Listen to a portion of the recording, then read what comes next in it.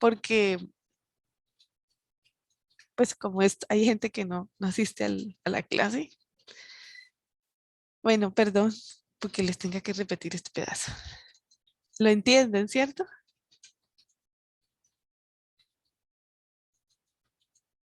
¿Están de Sí, acuerdo? sí, profe, tranqui, profe, no se preocupe. Sí, sí, profe, más bien gracias. Más bien ayuda ahí a repasar. Bueno, en esta diapositiva que damos la clase pasada, se refiere pues al mercado de préstamos o también es como, en algunas partes le llaman mercado de la tasa de interés. Entonces lo que nos quiere decir esta diapositiva es que eh, el mercado funciona básicamente a base de préstamos. Cada vez que usted vaya al banco y deposita un monto de dinero, es como si usted le estuviera prestando al banco. Y el banco a su vez se compromete a ofrecerle liquidez cada vez que usted la necesite. ¿Qué significa esto? Que cuando usted vaya a retirar sus fondos de su cuenta corriente, el banco le debe atender su solicitud. Y por otro lado, el banco, nosotros le prestamos al banco cuando depositamos. Y por otro lado, el banco le presta a inversionistas y empresarios para desarrollar sus proyectos de inversión. Entonces, nosotros le prestamos y ellos prestan.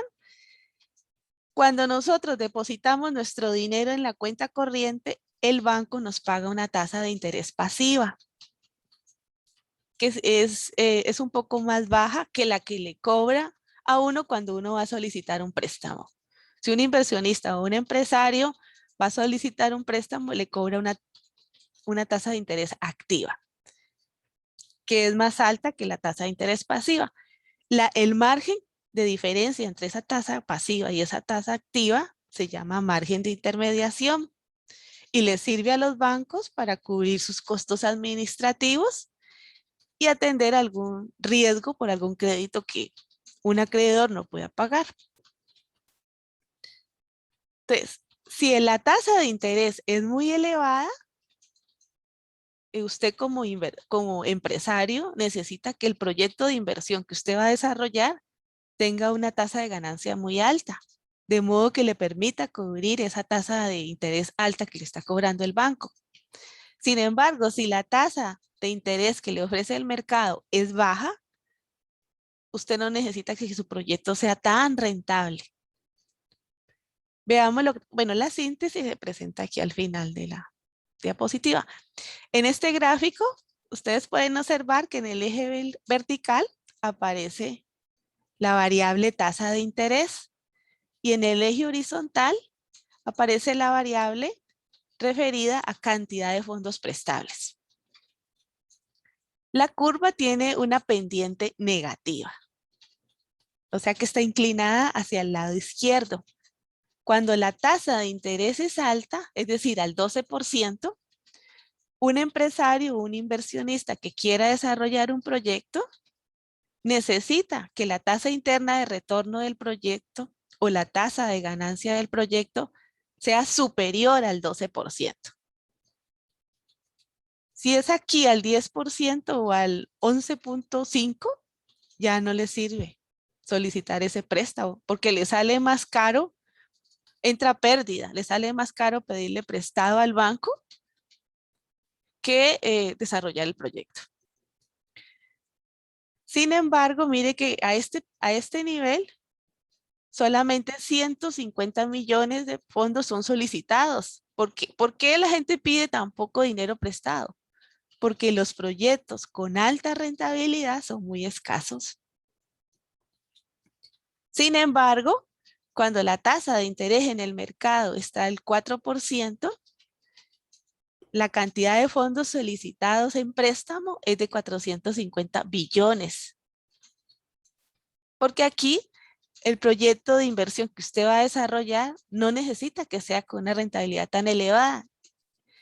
Si ya el proyecto de inversión le da 5% o 6%, ya le permite cubrir a usted los gastos del banco y obtener una ganancia para usted.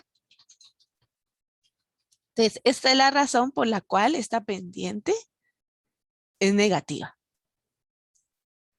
¿Queda claro esto?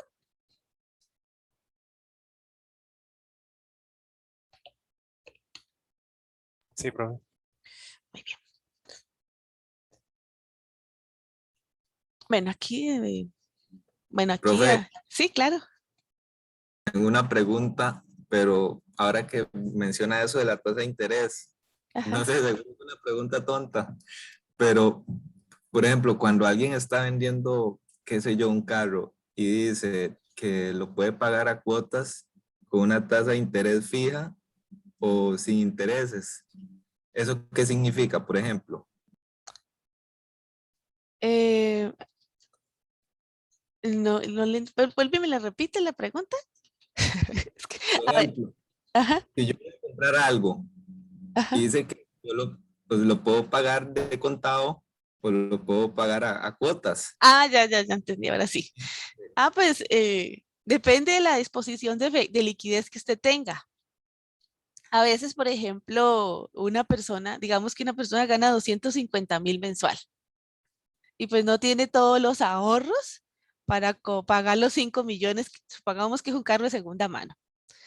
Entonces, usted no tiene los 5 millones para pagar ese carro, pero usted tiene un ingreso mensual y un trabajo estable que le paga 250,000.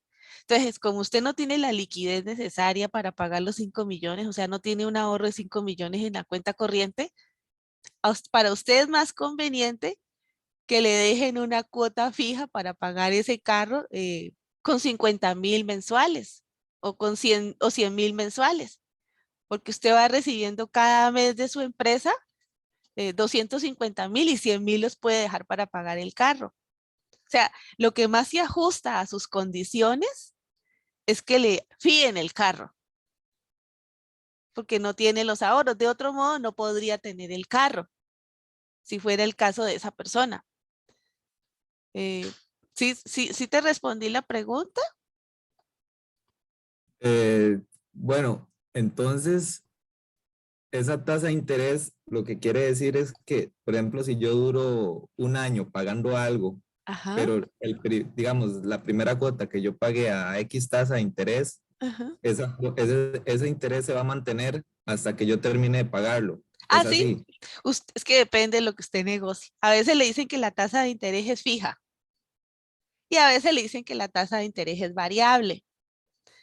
Lo mejor es que la tasa de interés sea fija, porque si, por ejemplo, en el país hay inflación, supongamos que vos compras un carro y te dicen que te van a cobrar una tasa de 10% anual y tenemos una inflación del 3% anual. Ya nos dijo el Banco Central, presidente Cubero, hace 3 días dijo que la inflación en Costa Rica para este año va a ser del 3%.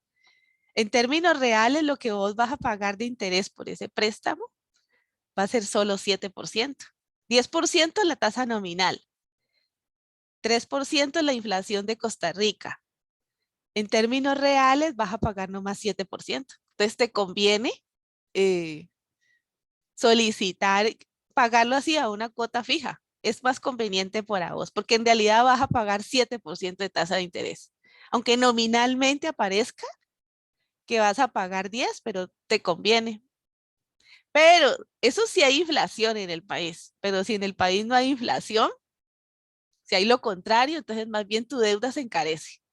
Supongamos que ese no es el caso de Costa Rica, pero vamos a suponer que hay deflación, es decir, que en los precios, en lugar de subir, más bien bajan.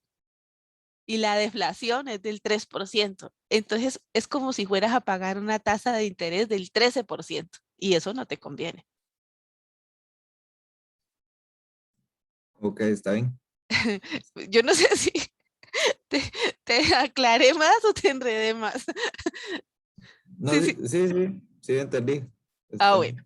Sí, bueno, lo conveniente, o sea, la idea de que usted cuando recurra a un préstamo, vea, lo más importante para las personas es tener liquidez. Lo más valioso.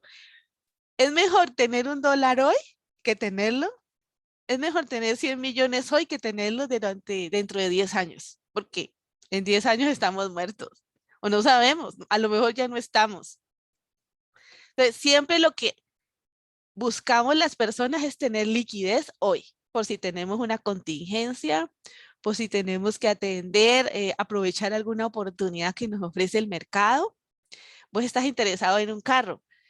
Si no tenés liquidez hoy y mañana un amigo tuyo te ofrece un carro de 25 millones, te lo ofrecen 5, porque él tiene una emergencia. Si no tenés liquidez hoy, pues no puedes aprovechar esa oportunidad que te ofrece el mercado. Y vos tantos ganas que tenías de ese carro. Entonces, siempre queremos tener liquidez. No tener liquidez cuesta mucho. Tiene un gran costo de transacción. ¿Por qué? Supongamos que vos tenés una emergencia.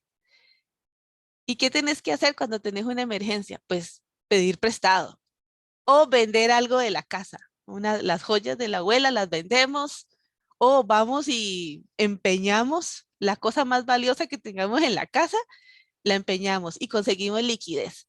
Probablemente a lo mejor no alcanzamos a cubrir la cuota del empeño y perdemos el objeto.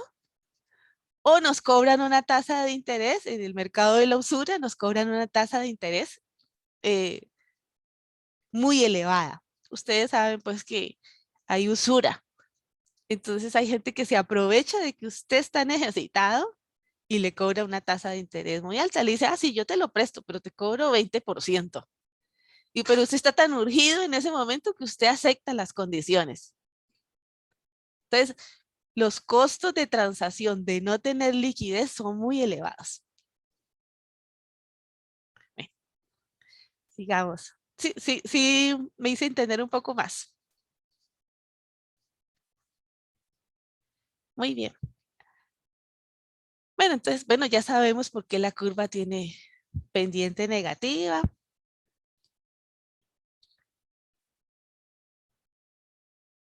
Bueno, ahora aquí tenemos de otro lado eh, la oferta de fondos prestables. En el eje vertical también tenemos la tasa de interés y en el eje horizontal la cantidad de fondos prestables. Y fíjese que esta curva tiene pendiente positiva. Es decir, que a medida que aumenta la tasa de interés, aumentan los fondos prestables. O sea, ¿por qué creen ustedes que esto pasa?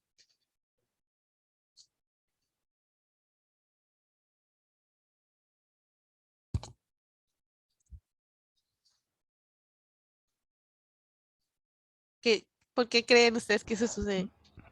Profe, sinceramente no entendí muy bien esto. Ok, Me confundió. ok. Aquí tenemos una cantidad de personas que están dispuestas a prestar fondos, a prestar dinero. Esta es la oferta de fondos prestables. Aquí están todos los prestamistas. Prestamista es el que quiere prestar dinero. Ah, eso es como en perspectiva del banco, digamos, que Ajá. el banco va a prestar más plata si le deja cobrar más una tasa de interés mayor. O sea, el banco o el prestamista no necesariamente tiene que ser un banco. Puede ser usted, Oscar.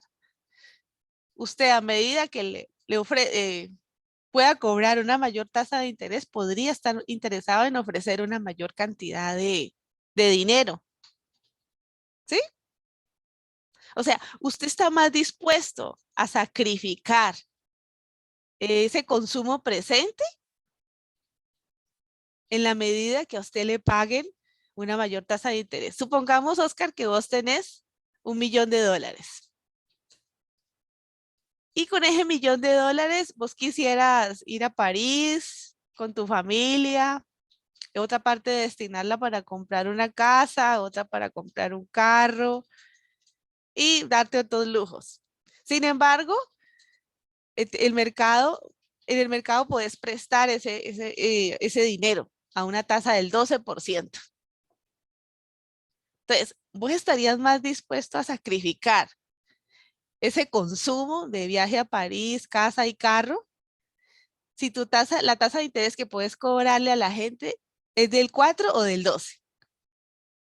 ¿Cuándo estarías más dispuesto a sacrificar tu consumo presente?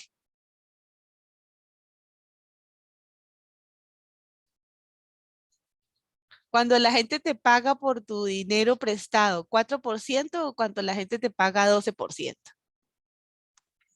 Bueno, yo no me he preguntado, pero obviamente cuando la tasa de interés es mayor, porque si la presto voy a tener una mayor ganancia mientras más alta sea la tasa de interés, porque la persona me tiene que pagar más porque es el precio que ellos pagan porque yo les presto el dinero, entonces obviamente es cuando sea más alta. Ajá, muy bien. Ay, perdón, yo lo confundí la voz. Por supuesto, o sea, en la medida que aumente la tasa de interés que yo cobro por usar mi dinero, yo tengo una mayor motivación a sacrificar mi consumo presente por el consumo futuro. Si me pagan muy poco por prestar ese dinero, a lo mejor prefiero hacer mi consumo.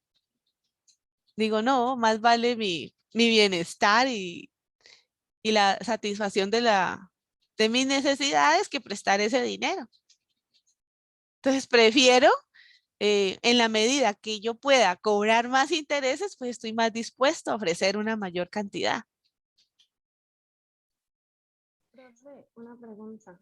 Con gusto. Entonces, esto es desde la perspectiva de la persona que va a prestarle al banco. Ajá, no, esta es Cristina. Vamos a suponer que vos sos bancaria. Vos sos la Ok. dueña de un banco, se llama el Banco Cristina. Entonces, vos ofreces una mayor cantidad de fondos prestables en la medida que la tasa de interés sea más alta, porque vas a tener mayores ganancias. Estos son los que ofrecen préstamos, Ajá. los oferentes. A ellos les interesa que la tasa de interés esté alta, porque mayor tasa de interés genera mayores ganancias. Ujú. Ok, gracias. Con mucho gusto. Y en el otro gráfico lo que veíamos era la gente que demandaba, o sea, como cuando nosotros vamos a pedir prestado, a solicitar que nos presten un dinero. Entonces nosotros, si pedimos prestado, es como una gráfica de oferta. Claro, es que es una gráfica de oferta. ¿Sí? Es una gráfica de oferta y demanda. Los que ofrecen dinero para que la gente pueda, los que ofrecen fondos prestables y los que solicitan fondos. ¿Quiénes solicitan fondos? Los demandantes, o sea, los inversionistas y los que tienen proyectos de inversión o los estudiantes que quieren solicitar un préstamo para pagar su carrera. ¿Y quiénes ofrecen dinero? Pues los bancos o hay gente que se dedica a prestar dinero. O sea, no necesariamente usted tiene que ser banco para prestar dinero. Hay gente que se dedica, que esa es su profesión. Entonces, no necesariamente tenés que ser una entidad bancaria. ¿Vale? Ok, pero Bueno, entonces queda claro esto. Queda clara los dos gráficos. Entonces vamos al tercero. En el tercero ya se fusionan. Ya unimos los dos gráficos. Entonces tenemos igual en el eje vertical la tasa de interés y en el eje horizontal pues la cantidad de fondos prestables. Fíjese que aquí tenemos la gente que demanda préstamos para distintos proyectos de inversión. Cuando el proyecto de inversión que tiene es muy rentable, pues la disposición a pedir un préstamo con una tasa de interés alta, pues aunque es una menor cantidad de gente, pues está en este fragmento. Son gente que tiene proyectos de inversión con una tasa de rentabilidad mayor al 8%. Y de este lado están la gente que demanda también dinero, pero que sus proyectos de inversión tienen una rentabilidad menor al 8%. Por otro lado, aquí esta curva de oferta están los que están dispuestos a ofrecer dinero, pero con tasas superiores al 8%. O sea, hay un grupo de oferentes de préstamos o de prestadores de dinero que prestan el dinero, pero a una tasa mayor al 8%. Y hay también un grupo de oferentes de dinero o prestadores de dinero con una tasa inferior al 8%. Pero hay un punto donde los prestatarios y los prestadores de dinero coinciden. A ese punto se le denomina punto de equilibrio. Es donde se satisface el mercado. Donde los que están dispuestos a pagar una tasa de interés de 7.48 no consiguen que les presten ese dinero. Porque ellos están dispuestos a pagar 7.5, porque sus proyectos de inversión pues les permiten solo pagar una tasa de interés de ese nivel. Profe, disculpe. Ajá. Y eso está sujeto, esa tasa de interés del 8%, por así decirlo, que es como lo aceptable entre prestamista y el que el Prestatario. ofrece. Ajá. Eso está sujeto a alguna cantidad, por así decir, es 8%, pero específicamente esos $300 o a cualquier cantidad, o cómo, no sé cómo va. No, estos $300 es hipotético. Ah, Es una cifra. eh, Es una cifra. y, y esto sí es como una verdadera gráfica en el sentido de que sí es 8% como en el estándar actual o algo así, o en la vida real, fuera de la clase, sí está sujeto como a las cantidades que uno vaya. Bueno, Como en para la cada vida, cantidad hay un estimado, sí, no, en un la vida porcentaje real, estimado. pues en la vida real, eh, bueno, esto es una forma simbólica de explicarle más o menos cómo funciona el mercado del préstamo, pero en la vida real hay muchísimas variables que influyen en esto. Está la intervención del Banco Central, que ellos tienen una tasa de política monetaria, tienen una tasa de interés activa, tienen una tasa de interés pasiva, y la tasa de política monetaria, por ejemplo, se mueve según las condiciones incluso está afectada hasta por la tasa de interés internacional. Entonces, no, en la vida real hay muchísimas variables que influyen en la determinación de la tasa de interés. O sea, no solamente son estos oferentes y estos demandantes, también depende de la política macroeconómica del país y de la política de cada institución financiera. O sea, son muchísimas variables las que influyen en, en- Profe, en y, determinar una tasa de interés de equilibrio. profe, Ah, y no sé si me estoy adelantando algo, pero aquí también pueden haber desplazamientos a lo largo de... sí, Ah, ok, no me espera sí, entonces. ya, yo creo que ahorita los vamos a ver. Eh, y hay desplazamientos, si es un mercado de bonos, si es un mercado eh, pues yo nomás les voy a explicar el de los mercados de bonos o mercados de activos, pues por lo que como el curso es tan básico, pero sí es un poquito más complejo de lo que se muestra en el gráfico. Pero la idea es como explicarles de forma sencilla la interacción que existe entre prestamistas y prestadores y que hay un punto en que el mercado se liquida o en que el mercado converge. Si los oferentes nos ofrecen tasas de interés muy elevadas, los inversionistas rechazamos ese tipo de préstamos. No estamos dispuestos a, esta es toda la oferta de préstamo rechazada.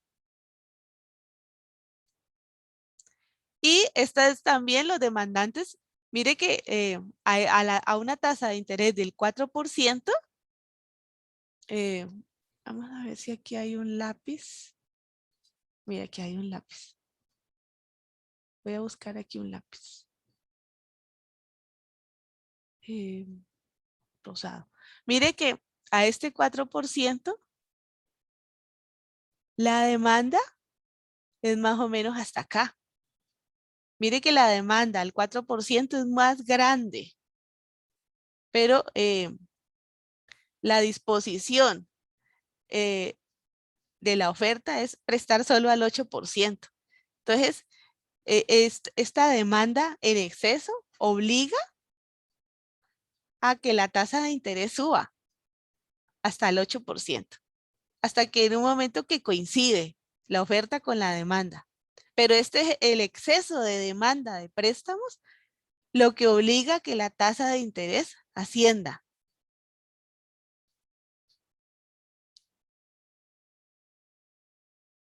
¿Sí?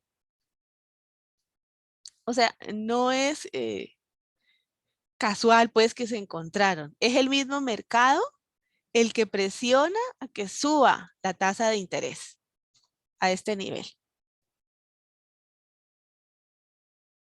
Bueno, y lo mismo de este lado. A este nivel, mire que hay una gran cantidad de oferentes que quisiera prestar. Sin embargo, la escasez de demanda obliga a que la tasa de interés baje a un 8% hasta que la demanda se satisface. O sea, no es que la oferta y la demanda puede cobrar lo que le apetezca, no.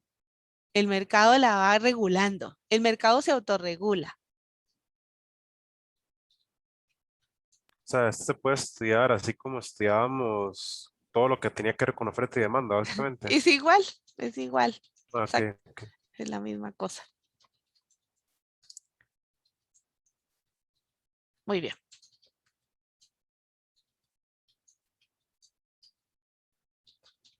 Bueno, entonces siempre vamos a querer lograr la eficiencia en el mercado en la medida que los proyectos que tengan un mayor rendimiento sean los que obtengan el financiamiento. Y en el punto donde converge tanto la oferta como la demanda, es donde se satisface pues la mayor cantidad de personas con proyectos que se ajusten a la tasa de interés que ofrece el mercado. O sea que es como si se optimizara el costo de oportunidad del dinero.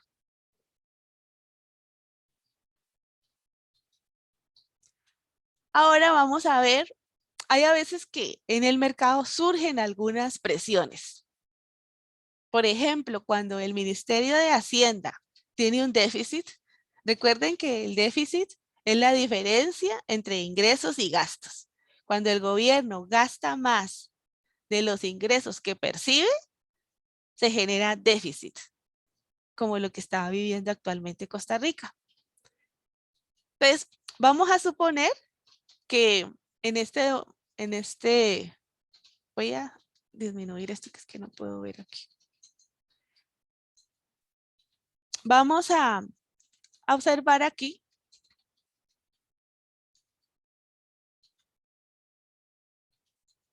Espérate. Profe, una pregunta. El déficit fiscal Ajá. se divide en varios o se puede dividir en como, eh, no sé cómo decirlo, como de empresas, de los habitantes normales, así, no sé si me voy a entender, o se ve como uno solo, como una sola cantidad, no. A ver, Supo- eh, cuando uno habla de déficit de la balanza de pagos, eso solo lo puede tener el gobierno. Pero usted también puede tener déficit presupuestal, el suyo.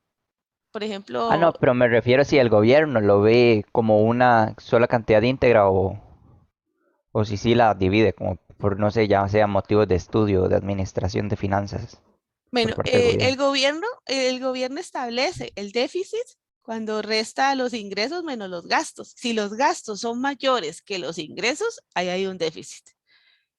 Y si, por ejemplo, los ingresos son superiores a los gastos, pues ahí hay un superávit. Por ejemplo, en este caso, hay un déficit. Entonces, el gobierno, mire que aquí tenemos la demanda privada de fondos prestables. Todos los agentes económicos que necesitan financiar proyectos de inversión. Y del otro lado tenemos la cantidad ofrecida.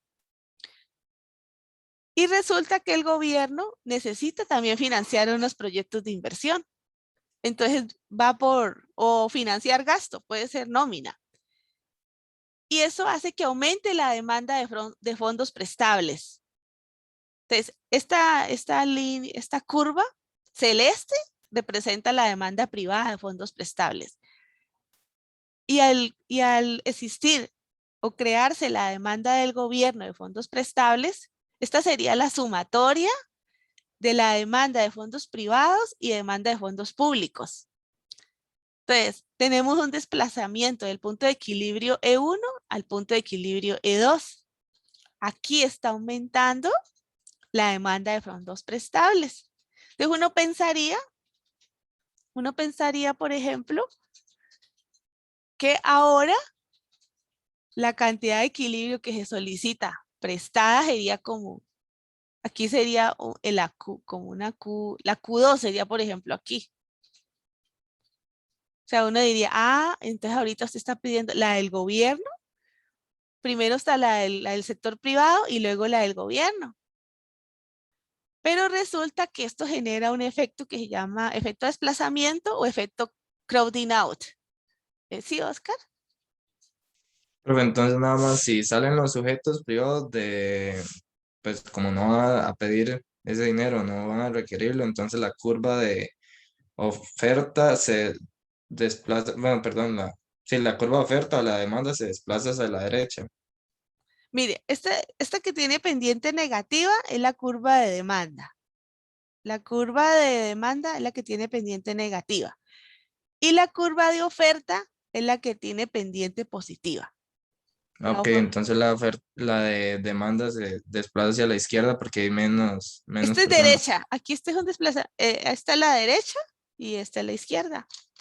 Menos que ustedes me ven al contrario. Pero este desplazamiento hacia este lado significa que hacia el lado derecho aumenta. Si se desplazara hacia el lado izquierdo, significaría que disminuye.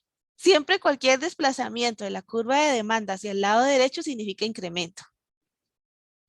Ok, pero al salir estos sujetos privados pues el pedir ese dinero o de solicitarlo, entonces la curva sí se va a hacer hacia la izquierda porque hay una demanda inferior, ¿no? No, espere, ya voy para allá, ya voy para allá. Sí, sino que usted estaba como adelantando. Entiendo. Mire, aquí tenemos la curva de demanda privada. Luego, como el gobierno necesita un dinero para financiar infraestructura o gastos, la curva de demanda se desplaza hacia el lado derecho. Mire, aquí está la flecha hacia el lado derecho. Pero resulta que eso incrementó la tasa de interés de R1 a R2. Aquí le puede poner usted 10 y acá 15%, si quiere ponerle valores. Pero cuando sube la tasa de interés, los agentes económicos que estaban interesados en pedir prestado ya no quieren pedir todo ese monto. Aquí iban a pedir prestado Q1. Mire que ellos querían pedir prestado este monto. Ellos querían prestado este monto. Pero como subió la tasa de interés, ellos ya no quieren todo ese dinero. Ellos ahorita van a pedir prestado menos dinero. O sea que eso que usted pensaba que se iba a aumentar, la demanda agregada más la demanda pública, eso no se va a dar.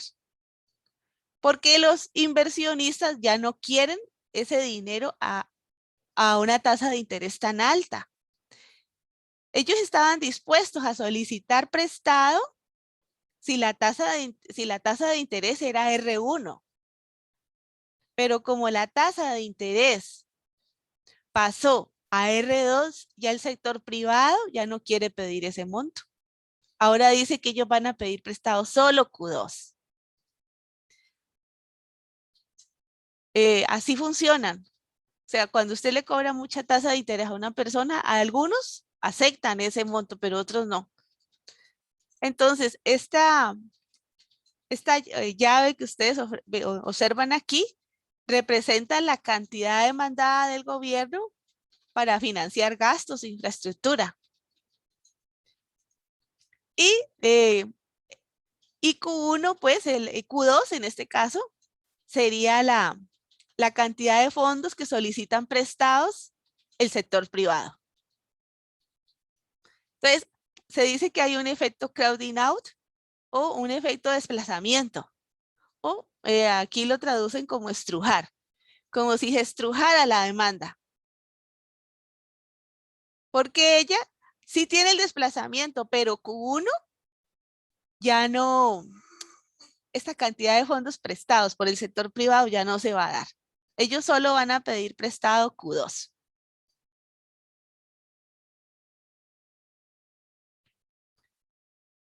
Sí, les queda claro este gráfico.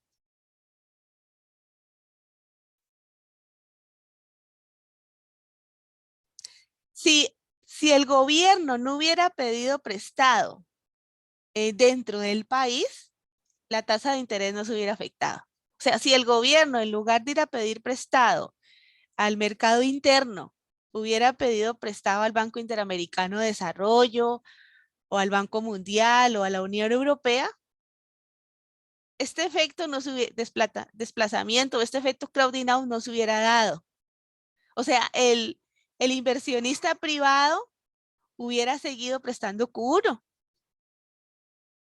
Pero el hecho de que el gobierno haya ido al mercado interno a pedir prestado subió la tasa de interés y disminuyó la inversión del sector privado. Si el sector privado disminuye su solicitud de préstamos, disminuye la inversión. Cuando disminuye la inversión en un país, disminuye la producción. Y si disminuye la producción, disminuye el empleo. Entonces tenemos un efecto no favorable para la economía.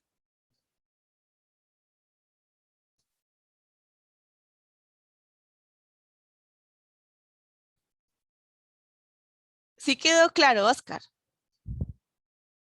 Sí, gracias. Muy bien. Ay, ahorita cómo quito esto. Bueno. No, nada, unos palitos.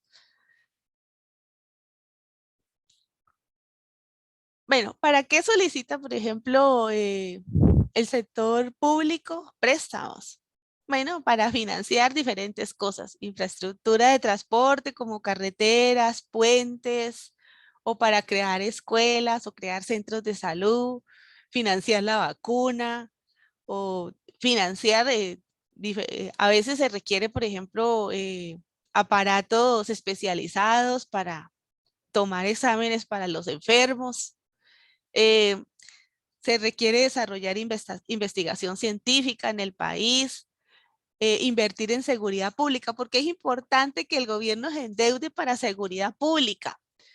Porque la seguridad pública, por ejemplo, si tenemos un negocio, nos garantiza, nos protege.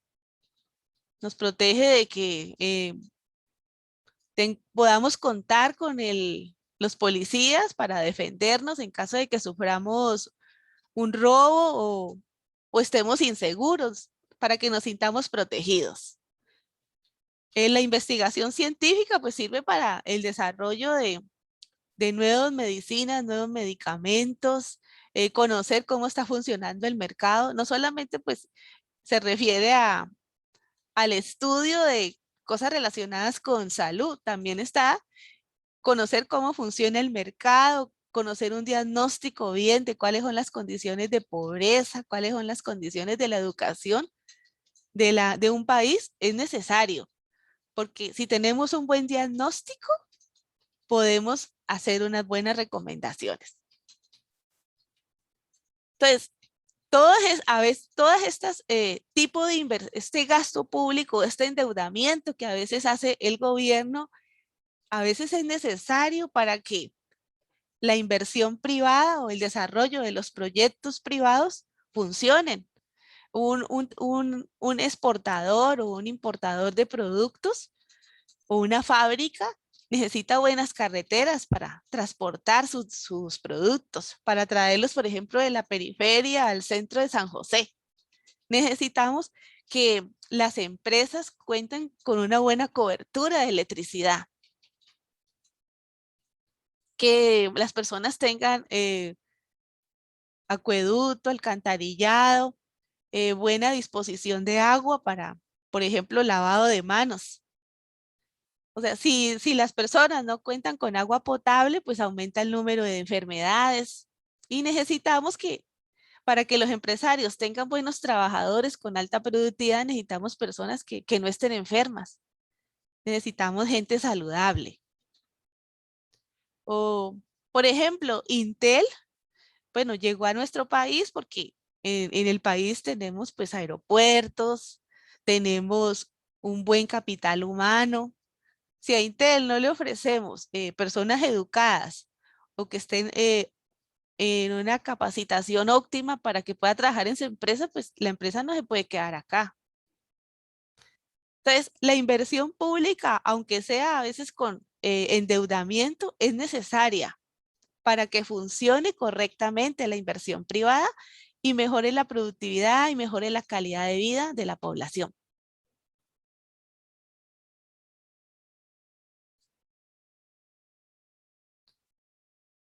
Ahora vamos a diferenciar lo que es un activo y un pasivo.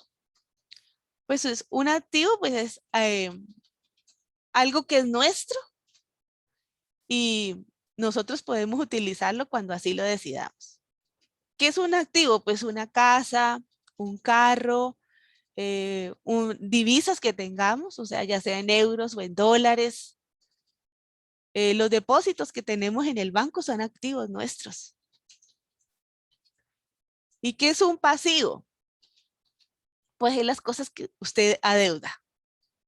Si hizo un préstamo para pagar su educación, pues eso es un pasivo. Si solicitó fiado una nevera o un refrigerador, importadora monje, pues eso es un pasivo. O sea, es lo que tenemos que pagar. Cuando nosotros depositamos nuestro dinero en el banco, ese dinero para nosotros es un activo, pero para el banco es un pasivo porque él tiene que devolver ese dinero.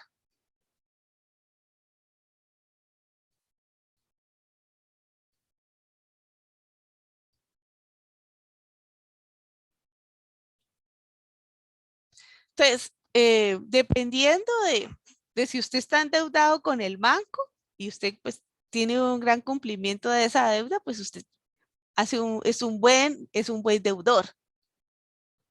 Y es una persona que posiblemente le vuelvan a dar un préstamo en el banco. Y si usted, por ejemplo, usted también puede comprar en el banco, no solamente depositar el dinero, usted también puede comprar acciones, usted puede comprar bonos, puede tener un depósito bancario, y lo puede tener a corto plazo, a largo plazo. Y el banco sería un deudor para usted. O sea, si usted, por ejemplo, abre un certificado de depósito a término a 5 años, usted tendría allí un activo por un periodo de 5 años y el banco tendría una deuda con usted por un periodo de 5 años. Claro, el banco le va a sacar provecho a ese ahorro que usted hizo a través de ese certificado de depósito a término, porque se lo va a prestar a otros inversionistas con proyectos de inversión de alta rentabilidad. El banco se encarga de hacer la revisión de que los proyectos que la gente presente para financiamiento sean rentables. Sí, Esteban. Profe, así como para facilitar digamos, el consciente de esta vara. El activo es la plata presente, digamos, lo que yo doy o invierto en el momento, y el pasivo es lo que se me va a dar a futuro o que voy a tener que pagar a futuro, o estoy perdido. No, el activo es lo que vos tenés en este momento. Ahí en tu casa, por ejemplo, ahorita tenés una computadora o un celular, ¿cierto? Por el que estás viendo Ujú, la ujú. clase. Ese es un activo tuyo. O sea, un activo es un edificio, una casa, un terreno. O sea, un activo, mira aquí, esta diapositiva nos muestra varios activos. Aquí tenemos activos que pueden estar representados en bonos, títulos de valor, acciones o que usted invierta en bolsa. Pero un activo también es un carro, una casa, un yate, una maquinaria que usted compre, un lote. Todos esos son activos. Son activos unos son activos físicos y otros son activos financieros, pero ambos son activos y ambos Ah, son, ok. son actuales. Un pasivo es si vos debes este carro. Pues tenés el activo físico carro, pero también tenés un pasivo que es la deuda del carro, si lo compraste con un préstamo. Tenés, por ejemplo, esta casa, que es el activo físico, pero tenés a lo mejor una hipoteca a 30 años. Ese es tu pasivo. El activo es la casa donde vos vivís. El pasivo es la hipoteca que tenés que pagar al banco. Lo mismo con un bono. Un bono es como un papel. Es un papel o también otros títulos de valor son la letra, el pagaré, un cheque. Esos son títulos de valor. El pasivo Ok, ok. lo único ahí, lo que quiero que quede claro es que un pasivo es una deuda y un activo es algo que de lo que usted puede disponer, ya sea para usarlo físicamente o para guardarlo ahí, por ejemplo, unos dólares. Si yo los guardo, allí yo tengo unas divisas y ese es un activo mío. Yo puedo, Pero los pasivos siempre van a ser deudas. O sea, no sé, ahorita sí, como con las acciones, cuando yo compro una, y que luego como que la acción sube de valor, eso no es un pasivo también. no, O eso sea, es un porque yo estaría activo. ganando. Eso es un activo. Si sube de valor, es un activo que se valorizó. Y si baja de valor, es un activo que se desvalorizó, pero es tuyo. Pues puedes hacer, si vos de aquí a mañana se lo querés vender a Cristina, pues lo puedes hacer. O si lo querés conservar o regalárselo a una persona que usted quiera, ese es su activo. O sea, los activos pueden ser financieros o pueden ser físicos. Físicos son todas las gráficas que nosotros vemos aquí, más las que ustedes se puedan imaginar. Teléfono celular, una agenda electrónica o un computador. Son activos. Y financieros es cuando usted pues tiene que los comercializa, son como activos estandarizados que usted los puede comercializar. Puede vender, estos son más líquidos que estos. ¿Por qué se dice que es más líquido? Es más fácil que usted venda una acción o un bono de Microsoft a que usted venda una casa de un día para otro. Esto implica un costo de transacción. Un título financiero usted lo puede vender más rápido, pero son un activo. Sí, te escucho. Eh, Pro- Oscar.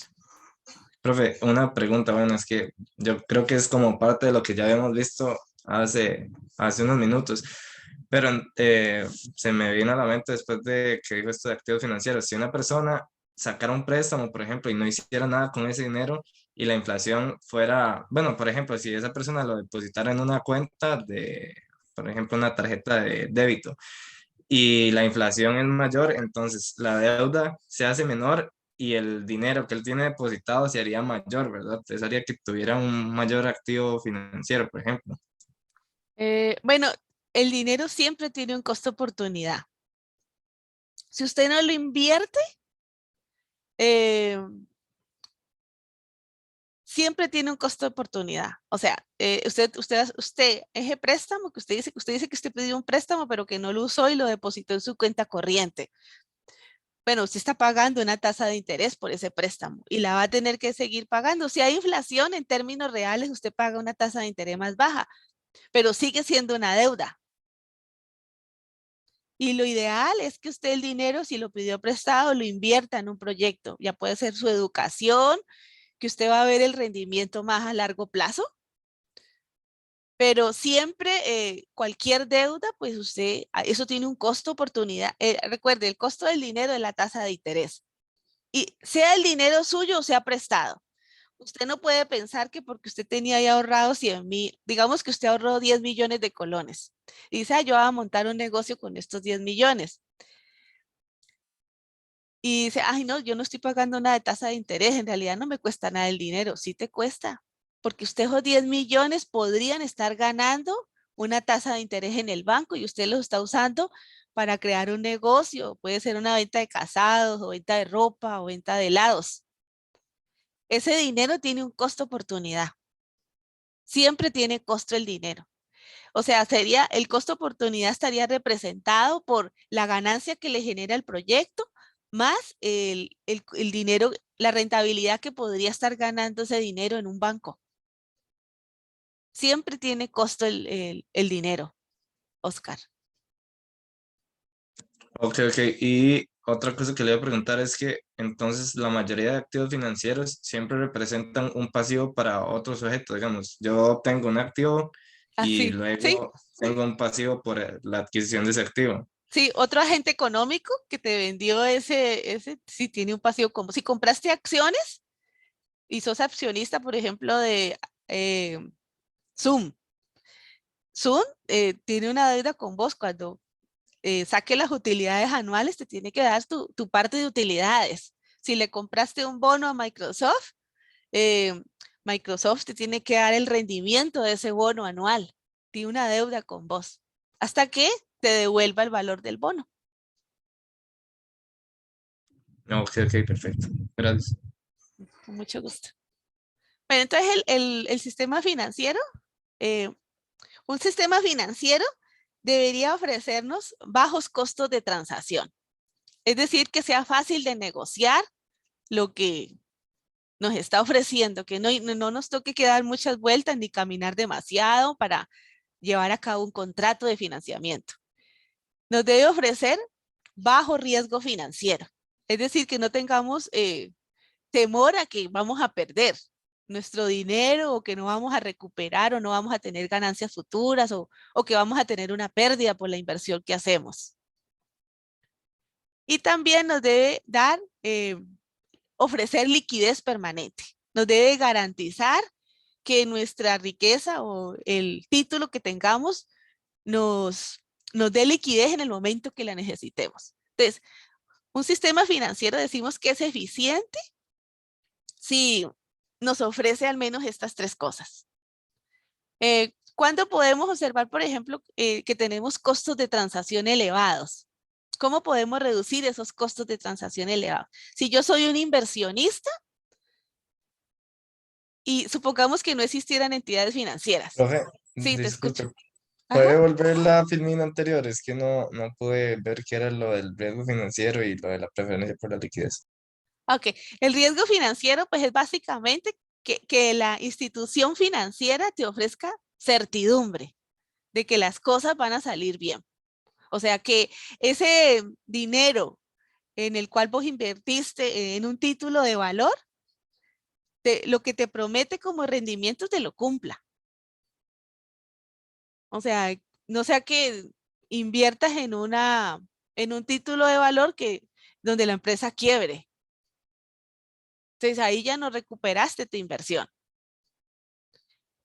Y la liquidez es que siempre puedas disponer de ese dinero en el momento, por ejemplo, en un momento de emergencia. Por ejemplo, los fondos de inversión, usted puede invertir allí por un periodo muy corto. No tiene que hacerlo pues por años. Ese es como el atractivo de los fondos de inversión. Entonces, las instituciones financieras nos deben reducir esos costos de transacción. Por ejemplo, es más fácil, si vos necesitas 100 millones de dólares para tu negocio, es más fácil ir a pedírselos a un solo banco. Si no existieran los bancos, tendrías que pedir 1 millón, digamos, de a poquitos, hasta reunir los 100 millones a muchísimas personas. Y supongamos que sos muy afortunado y encontrás 100 personas y cada persona te presta 1 millón. Imagínese lo que le toca que negociar con cada una de esas personas. La tasa de interés, cómo le va a pagar, en cuántas cuotas, cuánto tiempo. Entonces, de aquí que el inversionista se ponga a negociar con cada persona que le presta un poquito de esos 100 millones, los costos de transacción son muy elevados. Y al final el inversionista podría desanimarse y más bien no hace la inversión.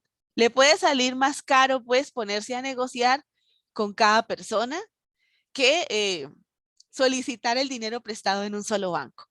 Entonces, El sistema financiero lo que hace es que nos disminuye los costos de transacción, nos facilita las cosas para que realicemos nuestra inversión.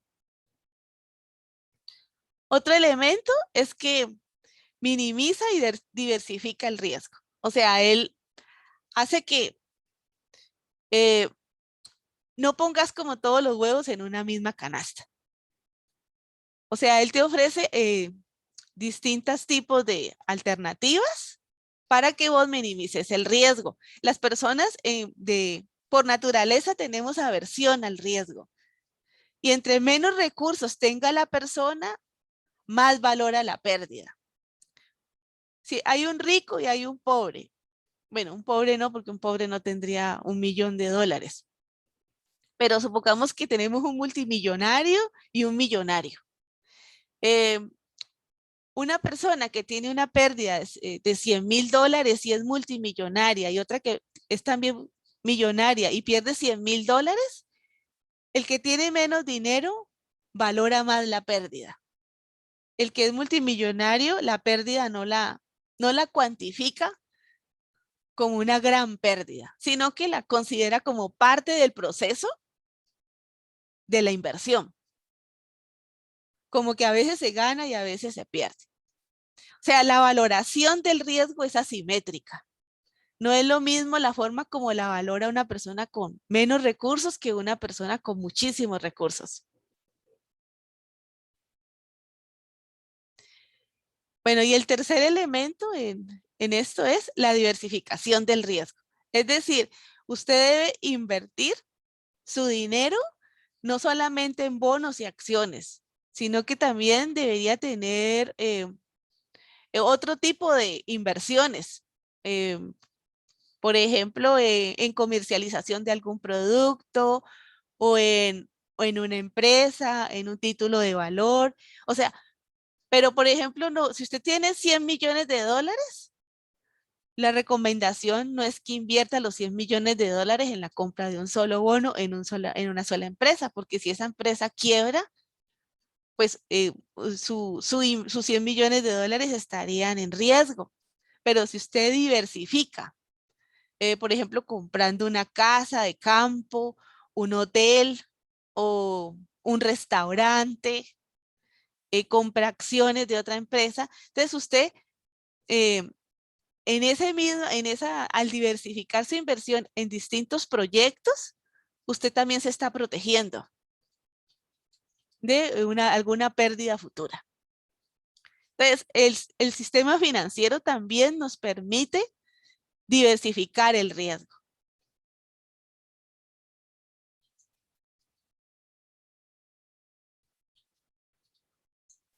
Bueno, aquí tenemos las funciones del sistema financiero. O sea, nos permite que optimicemos la liquidez. O sea, las personas demandamos dinero por varios motivos. El primer motivo por el cual demandamos dinero es para realizar transacciones. O sea, siempre necesitamos como un monto de efectivo, ya sea, por ejemplo, para tomarnos un café o para, si se trata de una empresa, para atender la caja menor o atender algún pago de un recibo de agua, luz, teléfono, o alguna propina que le vamos a dar a una persona. Entonces, demandamos dinero para realizar transacciones. Lógicamente, no es lo mismo las transacciones que yo tengo ganándome un sueldo de 250,000 que ganándome un sueldo de 5 millones. Mi demanda de dinero también depende de mi nivel de ingresos o de mi nivel de riqueza. A mayor riqueza, mayor demanda de dinero, o sea, mayor demanda de liquidez. Las personas también demandamos por motivo precautorio. Es decir, tenemos como un dinero bajo el colchón, simbólicamente, para atender alguna contingencia. Si se me presenta una emergencia o alguna dificultad, tengo allí ese dinero por precaución. Siempre, bueno, no sé si a ustedes les ha pasado, pero la mamá siempre a uno le recomienda que lleve un dinero extra en la billetera, un dinero que uno a lo mejor lo tiene escondido ahí en un lugar de la billetera en caso de algún evento. No sé si ustedes alguna vez lo han hecho. Pero llevan, por ejemplo, lo de su gasto, que es lo del transporte, la comida y lo que tienen planificado para ese día. Y tienen en un rinconcito de la billetera un dinero en caso de emergencia. Por motivo precautorio. O la mamá a veces siempre como que tiene un guardadito y a veces uno necesita un dinero de emergencia cuando la mamá sale de repente y le presta a uno ese dinero. Y uno tiene pues la sorpresa de que ella le ayudó con atender una emergencia. Y también tenemos dinero por especulación. Esto significa, el dinero por especulación es con la expectativa de tener un mayor almacenamiento de riqueza. Es decir, aprovechar alguna oportunidad que nos ofrece el mercado. Supongamos que yo quiero comprarme una PlayStation moderna, ¿cierto? De las últimas que hay. Y bueno, yo tengo ese dinero ahí, pero es que están muy caras. Y de repente a los 3 meses sale una oferta, así, 70% de descuento. Entonces, si yo tengo ese dinero por especulación, me permite aprovechar esa oportunidad que me ofrece el mercado. O si quiero un teléfono de última generación y de repente los hacen un descuento del 60%. Entonces, si yo tengo ese dinero por especulación, puedo aprovechar esa oportunidad que me ofrece el mercado. Bueno, estos motivos de liquidez también son también, le dicen también los motivos de Keynes, ¿no? John Maynard Keynes nos hablaba de estos 3 motivos. Entonces, quedan claros los motivos.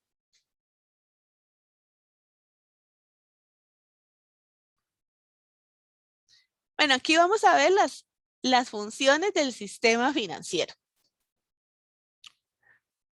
Bueno, lo que hace el sistema financiero a grandes rasgos es canalizar el ahorro de unidades superavitarias hacia unidades económicas deficitarias. Y lo que hace es como calzar los plazos. O sea, a nosotros que somos depositantes o como que somos prestatarios de nuestros ahorros al banco, nos ofrece liquidez permanente. Cada que necesitemos dinero, pues ahí nos ofrece el dinero. Y por otro lado, a las personas que necesitan dinero, pues les ofrecen activos financieros o liquidez en el largo plazo. Y claro, a usted le toca pues pagar un costo por tener ese dinero, por usar ese dinero por un largo periodo de tiempo.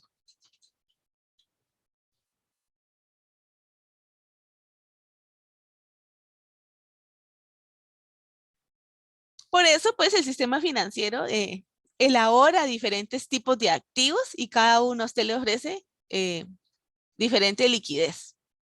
Hay certificados de depósito a término a 1 año, a 2 años, a 3 años, a 5 años. También hay bonos a 1 año, a 5 años, a 10 años, a 30 años. Claro, lo recomendable es, dependiendo del tipo de activo en el que usted se comprometa, lo mejor es que lo haga más bien como a mediano plazo o a corto plazo. Porque en el largo plazo, las expectativas del comportamiento de la economía pues son difíciles de predecir. En el largo plazo no sabemos cómo va a estar la inflación.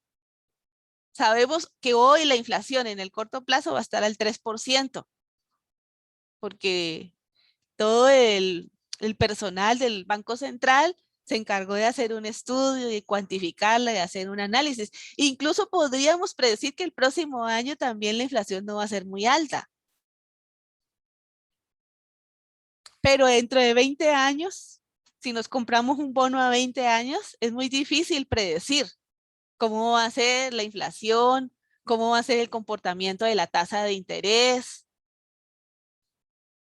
O sea, a lo mejor si nos compramos un bono con una tasa de interés del 10%, a lo mejor en 20 años la tasa de interés del mercado es del 20%. ¿Qué significa? Que en 20 años va a haber títulos de valor que ofrezcan una tasa de rendimiento del 20%.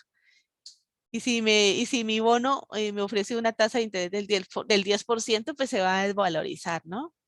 Nadie va a querer comprarme mi bono.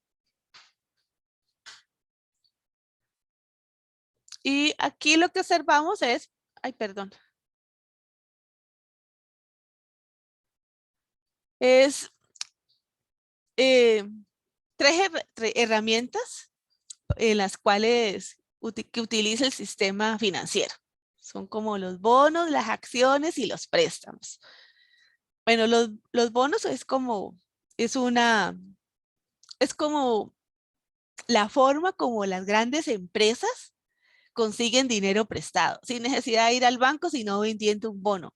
O como el mismo gobierno consigue dinero prestado. El bono vende bonos en Europa o en el mercado internacional para conseguir dinero y financiar su déficit. Las acciones, pues, son cuando usted compra activos de una misma empresa. Y los préstamos, pues, bonos y acciones están estandarizados. Usted los puede negociar fácilmente. Un préstamo no es tan negociable.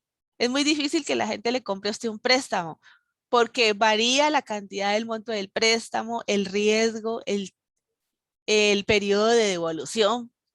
De los préstamos es más difícil que usted lo pueda negociar. Bueno, el préstamo pues es un contrato entre la persona que a usted le presta, o en este caso pues la institución bancaria y el dinero que usted pues solicita prestado. Puede tener altos costos de transacción y el riesgo de que a usted una persona no le pague. Y bueno, historias de gente que no le han pagado un préstamo que ha hecho hay demasiadas, ¿no? O de gente que no ha podido, ahorita lo pudimos ver en la pandemia. Había muchos dueños de hoteles y de restaurantes que habían solicitado préstamos a una entidad financiera. Sin embargo, al final, con la pandemia y las restricciones sanitarias, el turismo que se esperaba que llegara y las ventas que esperaba tener nunca las tuvo. Y al final el préstamo pues siguió corriendo, el costo del préstamo también lógicamente que a ellos les dieron como un periodo de tiempo para pagar la deuda, pero eso no significa que se liberó del préstamo, el préstamo tiene que pagarlo, solo que ahí le dieron como unos plazos extra. Pero el préstamo tiene eso, o sea, aunque usted haya como que ha hecho un gran estudio sobre la forma como usted va a pagar ese préstamo, hay situaciones en el camino que se le pueden presentar y que no lo favorezcan. Bueno, un bonus es un activo que usted compra y la persona que le vende el bono se compromete a pagar. Supongamos que yo vendo bonos y represento a Microsoft y Esteban o Cristina me compran bonos. Entonces yo como Microsoft me comprometo a pagarle un rendimiento a ellos durante un periodo de tiempo hasta que venza el plazo del bono. Y cuando vence el plazo del bono, pues le doy, en el último año le doy lo que le corresponde del rendimiento más la devolución de lo que me prestó. Si me prestó 10 millones, le devuelvo el monto de los 10 millones más lo que le haya prometido de rendimiento. Hay algunos factores que influyen en la demanda de bonos. Entonces, si usted tiene más riqueza, aumenta su demanda de bonos. Porque si tengo más dinero, pues tengo mayores posibilidades de comprar bonos. Si la tasa de interés esperada me dicen que va a incrementar, yo disminuyo mi demanda de bonos. Mejor espero que la tasa de interés suba y me compro un bono que me ofrezca una mayor tasa de rendimiento. Supongamos que me están ofreciendo un bono del 10% y me dicen que la tasa de interés de mercado va a subir al 15%. Mejor me espero que suba al 15% y cuando suba al 15% me compro un bono que me ofrezca un rendimiento del 15%. Porque ¿qué pasa si me compro este bono que me ofrece rendimiento del 10%? Pues luego cuando yo lo quiera vender, lo va a tener que vender por mucho menos de lo que lo compré. Ya nadie va a querer, me van a decir, ay no, mira, es que vos me estás vendiendo 10% de rendimiento y ahí el Banco Nacional me está ofreciendo 15%. Prefiero ir a comprarme ese bono de $1000 del Banco Nacional que el bono de $1000 que vos me ofreces con una tasa de rendimiento del 10%. O sea, existe una relación inversa entre la tasa de interés de mercado y el valor del bono. Si la tasa de interés de mercado sube, el valor del bono baja.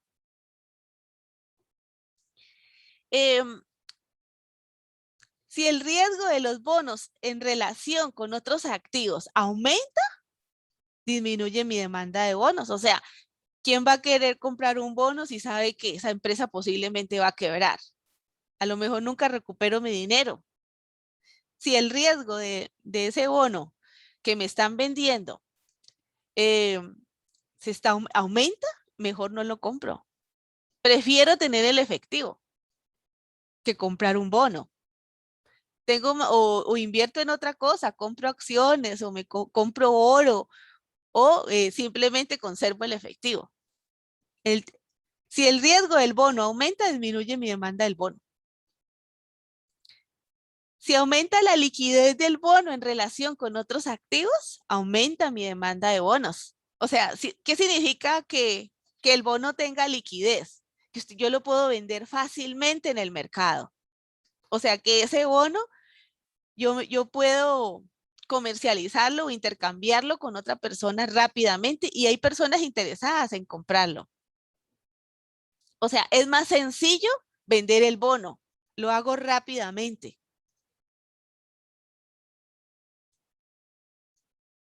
Si aumenta la inflación esperada, disminuye mi demanda del bono. O sea, si hay un aumento de la inflación esperada, esto provoca una disminución de la tasa de interés real del bono. O sea, porque el rendimiento esperado del bono disminuye. Si me ofrece, mire que hay un bono que me están vendiendo que me ofrece un rendimiento del 10%, pero la inflación me dice que va a ser del 15%. Entonces el rendimiento que yo voy a tener de ese bono es negativo, al 5%. O sea, el rendimiento real. O si la inflación esperada es de 5% y el rendimiento del bono es del 10%, el rendimiento real que voy a tener del bono es del 5%. O sea, hay una disminución del rendimiento esperado relativo del bono a la baja. Entonces, por lo tanto, disminuye mi demanda de bonos.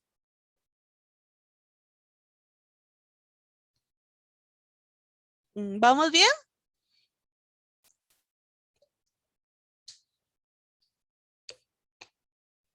Sí, profe. Profe, igual este bono funciona de casi que igual que un préstamo, nada más que con menos formalidad, ¿verdad? Porque alguien me está pagando porque yo le doy un monto y ya nada más me paga los intereses ahí poco a poco o al final de que me entregue el bono con mi dinero. Ajá. Sí, hay algo que mencionaste importante. Es diferente la tasa de rendimiento que la tasa de interés.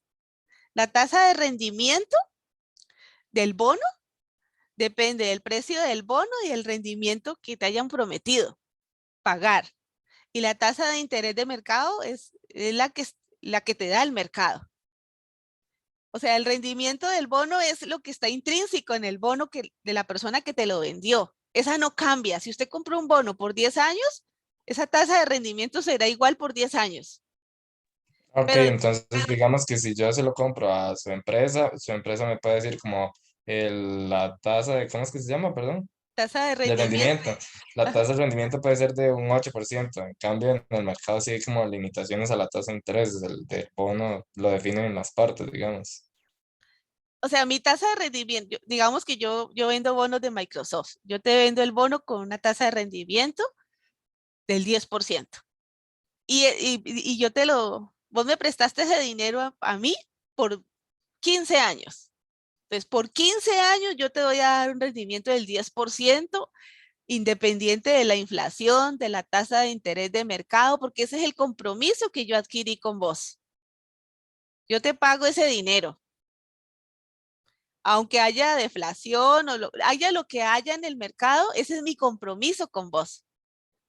Entonces, la tasa de rendimiento, una cosa, solo lo que quería hacer énfasis es que una cosa es la tasa de rendimiento y otra cosa es la tasa de interés. A veces hay personas que lo confunden.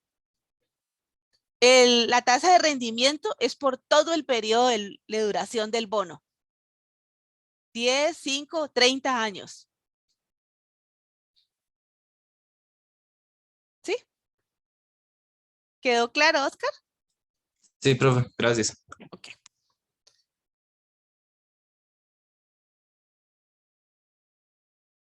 Ay, perdón. Ahora, aquí tenemos la oferta de bonos. O sea, ¿por qué se ofrecen bonos en el mercado? Entonces, si la rentabilidad de la inversión aumenta, aumenta mi oferta de bonos. O sea, cuanto más rentable sea la inversión que yo voy a realizar, ya sea en instalaciones, en maquinaria o en equipo, o sea, más dispuesto estoy yo a ofrecer bonos. O sea, porque eh, el rendimiento que me va a generar esa inversión, lo tengo seguro. O sea, yo estaría más dispuesto pues a ofrecer esos bonos. O sea, entre más sea alta más alta sea la rentabilidad de una inversión, tengo mayor disposición, ya sea o a solicitar un bono o a ofrecer un bono. Si yo voy a solicitar, si yo voy a realizar una inversión grande en mi empresa y yo sé que es altamente rentable, yo puedo ofrecer bonos. ¿Para qué ofrezco bonos? Por ejemplo, para que Oscar me preste dinero. Y yo estoy segura que le voy a poder pagar ese rendimiento que yo le prometo a Oscar.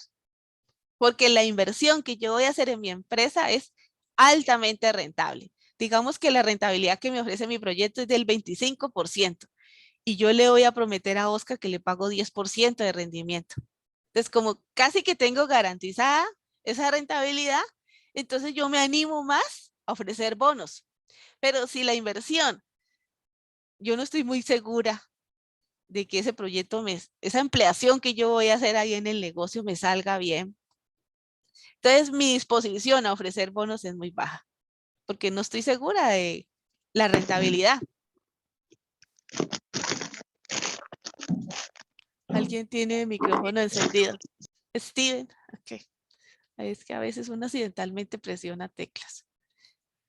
La inflación si la inflación esperada aumenta, si se espera que la inflación aumente, entonces la oferta de bonos también aumenta, porque el costo real de pedir prestado disminuye.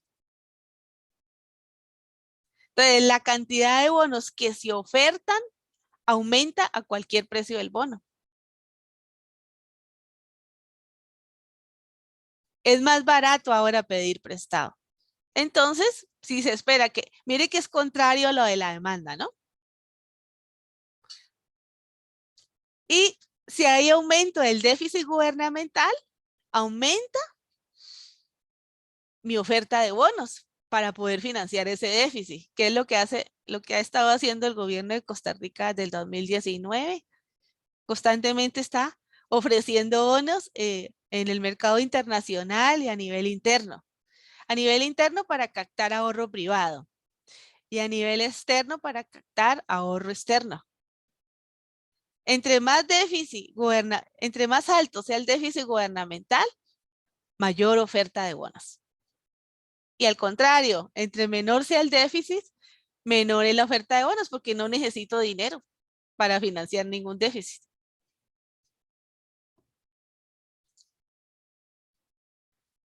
Las acciones. Bueno, esto ya lo había dicho varias veces.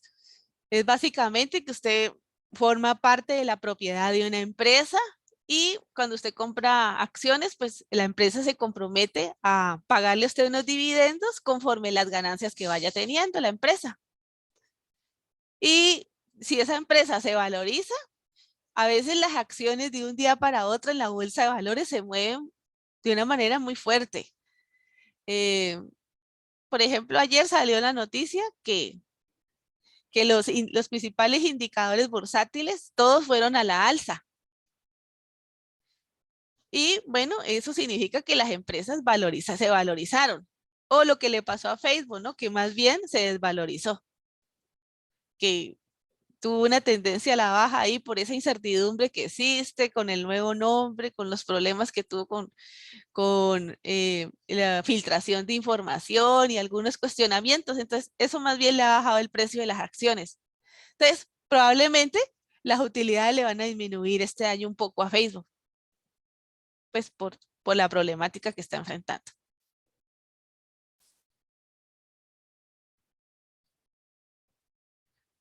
Los activos financieros. Igual así como cuando hablábamos de las frutas y de los productos que utilizamos en el mercado, pues los activos financieros también tienen sustitutos.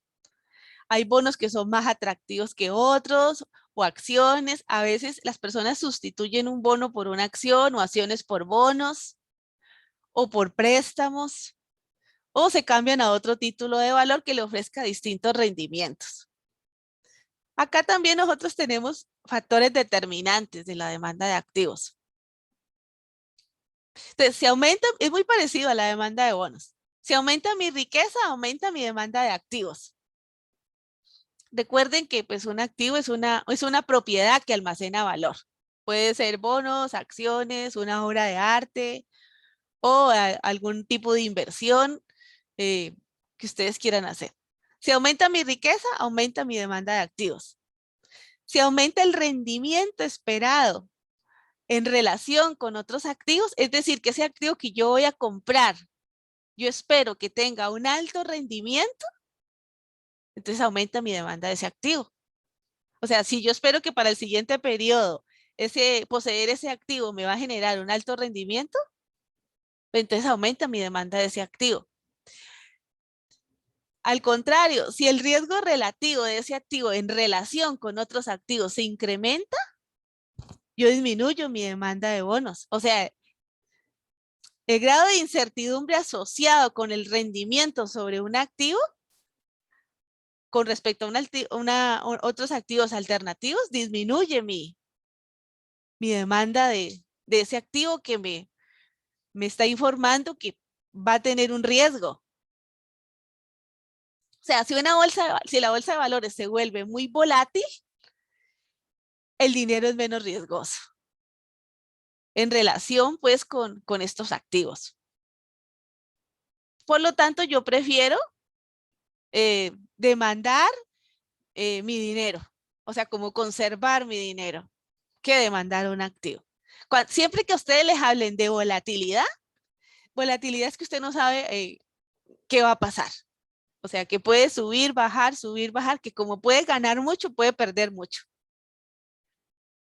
Y depende también de la liquidez relativa en relación con otros activos. O sea, liquidez es que usted tiene facilidad y rapidez para que ese activo se convierta en efectivo.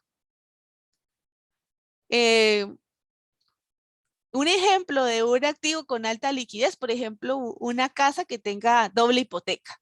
O sea, usted tiene la certeza de que está viviendo en una casa confortable, que es una inversión segura y que además usted la puede hipotecar. Puede tener liquidez con una doble hipoteca. La puede hipotecar una vez y una segunda vez. Y en ambos casos a usted le ofrece liquidez.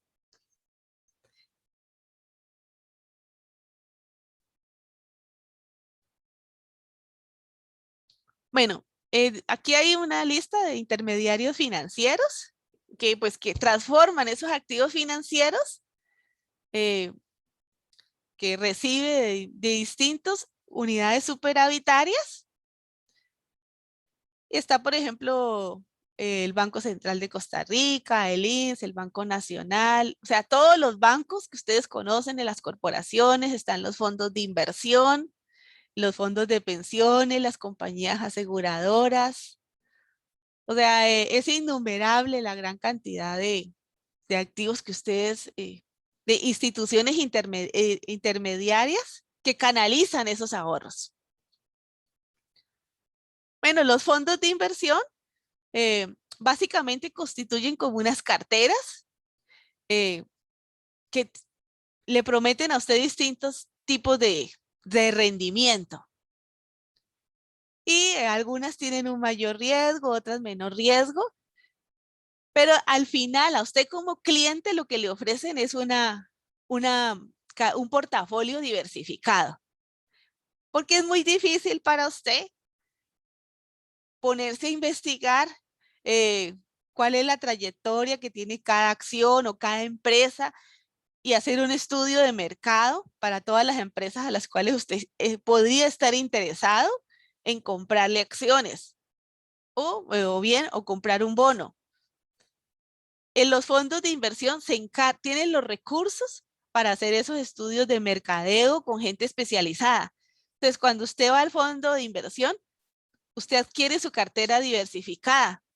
Y bueno, esto es adecuado pues para personas que tengan menos de $1 millón. También tenemos los fondos de pensiones y de seguros de vida. Aquí básicamente lo que hace es que la gente, ellos como que copilan los ahorros que tienen varios miembros y tienen una amplia variedad de activos. Y cada uno tiene su propio riesgo, su propia rentabilidad, pero ellos se encargan también de investigar todo lo que tenga que ver con seguridad de cada activo y le gestionan a usted su fondo de ahorros. Y la ventaja que tienen estos fondos de pensiones es que el gobierno no les paga, no les cobra determinados tipos de impuestos que le cobran a otros activos, precisamente porque es una garantía para su vejez. ¿Sí, Oscar? Te escucho. Otra pregunta, perdón. Con mucho gusto. Los fondos de pensiones, bueno, al final una persona lo que tiene es un ahorro y ese ahorro sigue, o sea, ese ahorro gana interés, o más bien el interés que gana el ahorro de la persona en los fondos de pensiones es como se mantienen pues las aseguradoras y etcétera, etcétera, etcétera. No, lógicamente ellos tienen que gastar, cuando a usted le llega el fondo de pensiones, a usted le llega desglosado. O sea, digamos, Oscar, que usted tiene 10 millones de colones y usted dice, esto yo lo quiero usar para cuando yo me pensione a los 65 años. Entonces usted lleva sus 10 millones allá al Banco Nacional y ellos les dicen, mire, tenemos estas oportunidades para usted. Entonces usted escoge una de las uno de los portafolios que ellos le ofrecen y cuando le llega a usted a cada mes te llega un reporte. Y en ese reporte le dicen gastos administrativos del Banco Nacional, gastos relacionados con impuesto, rendimiento del fondo, valor que usted tenía antes de hacerle estas deducciones y el valor que le queda y bien especificado, bien el rendimiento que usted obtuvo. Y eso se lo dan mensual. Y si en el camino ellos tuvieran la oportunidad de ofrecerle otro portafolio que le ofrece un poquito más de rendimiento, pero un poquito también más de riesgo, siempre a mayor rendimiento, más riesgo. Van como unidos. Mayor seguridad, menos rendimiento. Mayor rendimiento, más riesgo. Entonces usted tiene que tratar de como de balancearse ahí en lo que usted quiere y lo arriesgado y el nivel de riesgo que usted tiene. Pero siempre te llega especificado. Y sí, claro, ellos tienen que sacarlo de los gastos administrativos, si no, ¿cómo? Eso de fijo. Lo bueno es que ellos no les cobran determinados impuestos, entonces ahí usted sale, pues se beneficia de eso, de esa garantía pues que le da el gobierno a usted.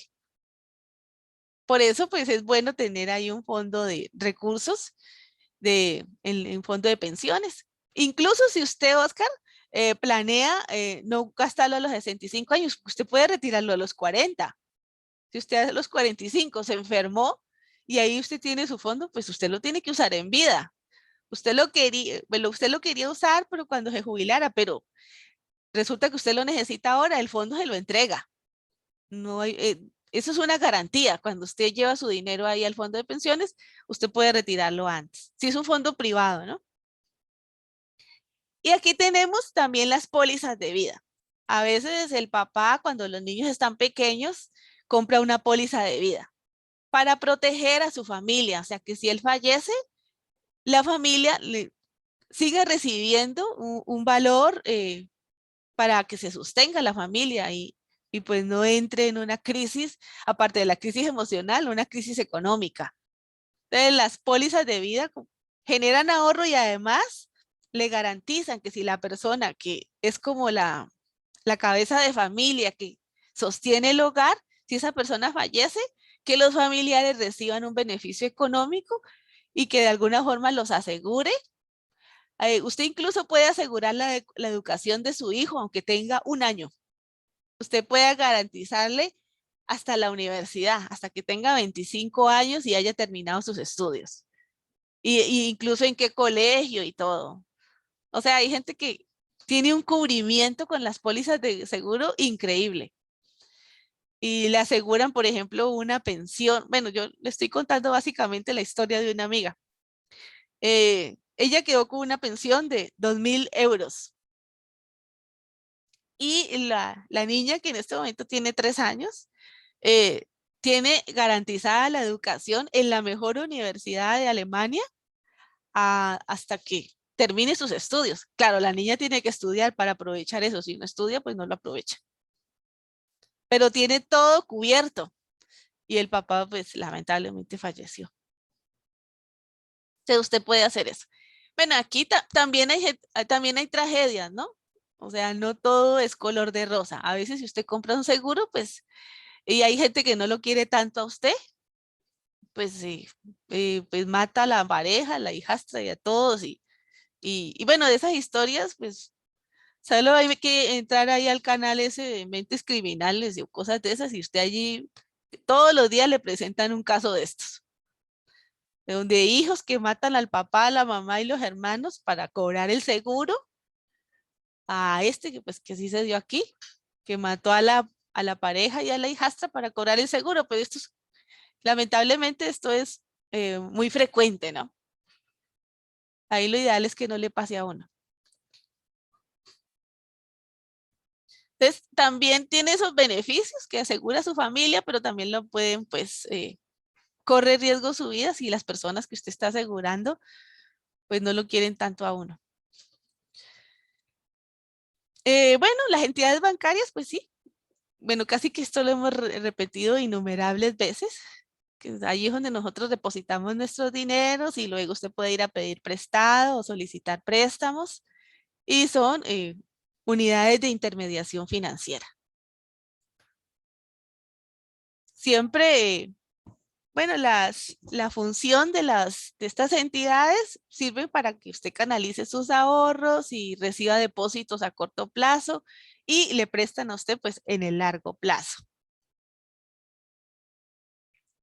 Aquí tenemos distintos tipos de cooperativas que también reciben depósitos, solo que estas cooperativas por un préstamo te cobran un poco más. Si usted quiere un préstamo a una baja tasa de interés, lo mejor son los bancos nacionales. No es que le esté haciendo publicidad, ¿no? Pero es la realidad. O dependiendo si usted es del sector rural y quiere hacer una inversión en el sector rural, pues se busca un banco agrícola o un banco especializado en el campo de su proyecto. Siempre, pues, lo ideal es que usted investigue varias alternativas antes de comprometerse con cualquier institución financiera. Y quería presentarle la visión macroeconómica. Vamos a ver si lo alcanzo a finalizar. Bueno, como hoy no creo que no vamos a alcanzar a hacer los ejercicios, entonces el lunes vamos a sacar un espacio para tratar de llevar a la práctica algunas de estos factores determinantes que hemos visto en varios elementos y ahí le pongamos un poquito de práctica a toda esta teoría. Bueno, ahorrar siempre es como aplazar nuestro consumo presente por un consumo futuro. Y la idea siempre es que, pues, que estos recursos se inviertan en el mejor proyecto con la mayor rentabilidad y que aumente la producción del país y genere crecimiento económico y a su vez genere empleo y genere, y ojalá siempre en el marco de una alta productividad. Entonces, como que con la macroeconomía estamos viendo varios elementos de la microeconomía y de la macroeconomía. Entonces, vamos como a tratar voy a tratar de hacerlo lo más rápido posible y si hubiera alguna duda, pues la aclaramos el próximo lunes. O sea, en el largo plazo, John Maynard Keynes, pues nos dice que todos estamos muertos, ¿no? Bueno, básicamente, pues él lo que hace referencia es que eh, lo mejor es que tengamos el dinero hoy, que contemos con los recursos el día de hoy, porque siempre van a haber épocas que son difíciles. Entonces, lo mejor es planificar a cómo estaremos el día de hoy, en el momento. Porque cuando nos dicen en el largo plazo tendremos pleno empleo o en el largo plazo no tendremos hambre, pues como que en el largo plazo no vamos a estar, que es el problema que pasa mucho con lo del cambio climático, ¿no? Que la gente, como lo ve tan lejano, entonces como que nadie se involucra a fondo con el compromiso de la conservación del medio ambiente. Entonces aquí tenemos la demanda agregada, que ya habíamos visto este concepto, que está representada por el Producto Interno Bruto, que es el consumo, la inversión, más el gasto del gobierno, más las exportaciones netas, que es exportaciones menos importaciones. Entonces, cada vez que varía uno de estos elementos, estamos afectando la demanda agregada. Aquí en este gráfico, entonces nos dice que los cambios en la demanda agregada ante un cambio de política monetaria puede aumentar la demanda o disminuir la demanda. Entonces veamos. Hay algunos, al menos varios elementos que influyen en este desplazamiento de la demanda, ya sea hacia la derecha o hacia la izquierda. Entonces, hay un efecto que se llama efecto riqueza, que está relacionado con yo pensé que lo había puesto en algún momento por aquí, pero creo que no. Bueno, si el efecto riqueza básicamente hace referencia a que si aumenta el nivel de precios, disminuye el consumo. Es decir, que la demanda agregada se desplaza a la izquierda. Si disminuye el nivel de precios, aumenta el consumo. Es decir, que la demanda se desplaza hacia el lado derecho. A eso se le llama pues el efecto riqueza. Otra razón por la que se puede desplazar la demanda es por también la relación nivel de precios e inversión. A este se le llama el efecto tasa de interés. Es decir, si disminuye el nivel de precios, se estaría disminuyendo la tasa de interés. Porque acuérdense que la tasa de interés es el precio del dinero. Si disminuye la tasa de interés, esto conduce a que los inversionistas inviertan más, es decir, que aumenta la demanda agregada. Por el contrario, si aumenta la tasa de interés, disminuye la demanda agregada porque disminuye la inversión. O sea, hay menos inversionistas dispuestos a adquirir un préstamo para realizar una inversión en el país. Si aumenta la tasa de interés, esto hace que, por ejemplo, la tasa de cambio disminuya, es decir, que se deprecia. Entonces, esto hace que aumente la demanda, porque las exportaciones se incrementan. O sea, cuando nuestro tipo de cambio se deprecia, nos volvemos más atractivos para los extranjeros y aumenta la demanda agregada. Por otro lado, si el tipo de cambio más bien disminuye hacia la izquierda, perdón, si el tipo de cambio se aprecia, nuestros productos se vuelven más caros para el exterior y por lo tanto disminuyen nuestras exportaciones. Al disminuir las exportaciones, disminuye la demanda agregada. Pero aquí está la síntesis. Y también la política fiscal pues puede afectar la demanda agregada. Perdón, si por ejemplo el gobierno invierte el gasto en infraestructura, un mayor gasto en infraestructura puede conducir a que aumente la demanda agregada porque el gobierno estaría comprando distintos tipos de bienes y servicios y esto conduciría a que se incremente la demanda agregada. Si el gobierno disminuye el gasto, disminuiría pues la demanda agregada. Y lo vamos a dejar aquí. Para la próxima clase veríamos el caso de oferta agregada y algunas aplicaciones. Bueno, muchísimas gracias por su atención.